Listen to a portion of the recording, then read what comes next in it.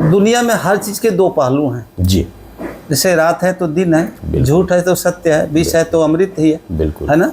तो क्या जो निगेटिव पॉइंट्स है जो अपोजिट में, उसका कोई भूमिका है या नहीं है? बड़ी भूमिका है। अगर गुरु शिष्य को झापड़ न मारे तो शिष्य के अंदर परिवर्तन नहीं आएगा। कुम्हार जो है मिट्टी के ऊपर थाप न दे तो वह मिट्टी जो है कभी घड़ा का रूप धारण नहीं करेगा। तो यानी कहने का तात्पर्य यह है कि जो नकारात्मक शक्तियां हैं, ठीक है, किसी को मारना क्या अच्छा बात है? नहीं, लेकिन फिर भी हम उसे क्यों मारते हैं? ताकि वो सही मार्ग पर चले। और मारते किसको हैं? जिसको हमको अधिकार लगता है कि उसी को मार सकते हैं। कहने का तात्पर्य क्या है कि हमारे अंदर सद्गुण भी हैं, दुर्गुण भी हैं, ठीक है ना। अगर वह सद्गुण का विकास करना है तो दुर्गुणों का भी आवश्यक है रहना, क्योंकि दुर्गुण अगर नहीं होंगे तो व्यक्ति जो है बहुत ऊपर जाकर के अहंकार को धारण कर लेगा। इसलिए उसके अंदर दुर्गुण आते हैं और बहुत ऊपर ना जाकर के नीचे ही समेटा जा सकता है। रावण के अंदर क्या हुआ कि उसके अंदर इतना विकास हो गया, इतना विकास हो गया, इतना विकास हो गया कि वह साक्षात इंद्र को भी अपने पैर के नीचे रखता था। जितने नवग्रह 12 राशियां सब उसके पैर के नीचे रखती थी। भगवान कहे कि अब इसको धरा भूमि पे रहने की आवश्यकता नहीं है, क्योंकि यह इसके पास इतने कला और इतने ज्ञान हो गए कि अब उस ज्ञान से सबको यह डरा रहा है। तो उसके लिए दुर्गुणों की भी आवश्यकता है। तो दुर्गुण क्या आया? उसके अंदर अहंकार आ गया। अहम ब्रह्मास्मि, मैं ही संपूर्ण ब्रह्मांड को संचालित कर रहा हूं, और यह अहंकार ही उसके पतन का कारण बन गया। तो कहने का तात्पर्य है दुर्गुण जो है वो सद्गुणों को बढ़ाता है और सद्गुण जो है वह भी दुर्गुण को बढ़ाता है। यह वेदांत का भाग है। इसको सूक्ष्म दृष्टिकोण से देखा जा सकता है। हल जोता जाएगा तभी फसल जो है, फसल उसमें अच्छी बोई जाएगी। अब बिना जोते बोए अगर हम उसमें कुछ डाल देंगे तो क्या उसका अच्छा निर्माण होगा? नहीं। लेकिन हल जब चलाएंगे तो उस भूमि को कष्ट भी होगा। तो कहने का तात्पर्य है यह अवगुण भी, दुर्गुण, चाहे जो कुछ भी हो, यह सब एक दूसरे के सहयोगी हैं। हाँ, यह गर्मी का मौसम है। गर्मी के मौसम में अच्छा आप देखेंगे तो गर्मी का मौसम भी बहुत होना जरूरी है, सर्दी का भी जरूरी है, बरसात का भी जरूरी है, सबकी आवश्यकता है। आप कहें कि केवल गर्मी ही गर्मी पड़े तो भी ये सृष्टि नहीं चलेगी, केवल ठंडी ही चले तो भी यह सृष्टि नहीं चलेगी। यानी हर व्यक्ति एक दूसरे का सहयोगी है, पूरे प्रकृति एक दूसरे की सहयोगी है।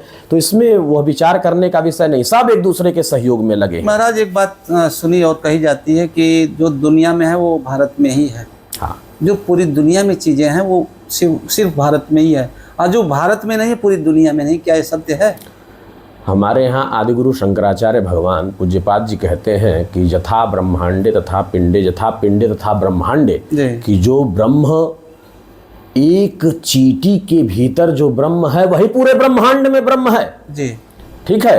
तो यह संपूर्ण देश विदेश में जो भी औषधीय ज्ञान है, जो भी यह सब नाना प्रकार के आप देख रहे हैं, नई नई टेक्नोलॉजी जो आ रही है, यह पहले से कहा। अच्छा, आप सुनते भी होंगे कि भारतीय संस्कृति में ऐसे ऐसे योग विद्या को लोगों ने सिद्ध किया। जैसे आप सुनते होंगे कि रामायण में एक प्रसंग आता है कि लोग रावण के पास पुष्पक विमान था, वह जैसे चाहता था वैसे वृद्धि कर देता था।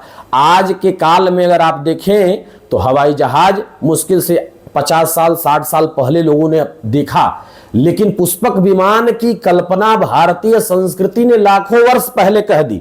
अर्थात यह कल्पना सिद्ध यह करता है कि हमारे पास उड़ने की कला थी, लेकिन उस कला के द्वारा समाज में किसी का अहित न हो। जैसे मान लीजिए आज के डेट में बहुत सारे वाहन आपको सड़कों पर दिखाई देते हैं, लेकिन उसके अंदर से जो धुआं निकलता है वह हमारे लिए, आपके लिए हानिकारक है। भारतीय संस्कृति के पास वह कला है कि वह ऐसे तत्वों को बना सकता है, लेकिन उसके द्वारा अगर किसी व्यक्ति को तकलीफ हो, अगर किसी को दुख हो, तो ऐसा भारतीय संस्कृति का काम नहीं होता। यही कारण है भारतीय संस्कृति प्रकृति की पूजा करता है।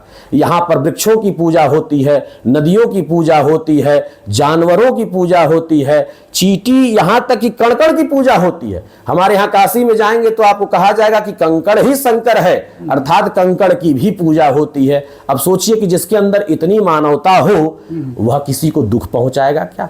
इसीलिए कहा कि जो भारतीय संस्कृति में तत्व है, संपूर्ण विश्व के तत्व को मिला दिया जाए तो भारतीय संस्कृति के तत्व के आगे वह फीके पड़ जाएंगे। यही सत्य है जी।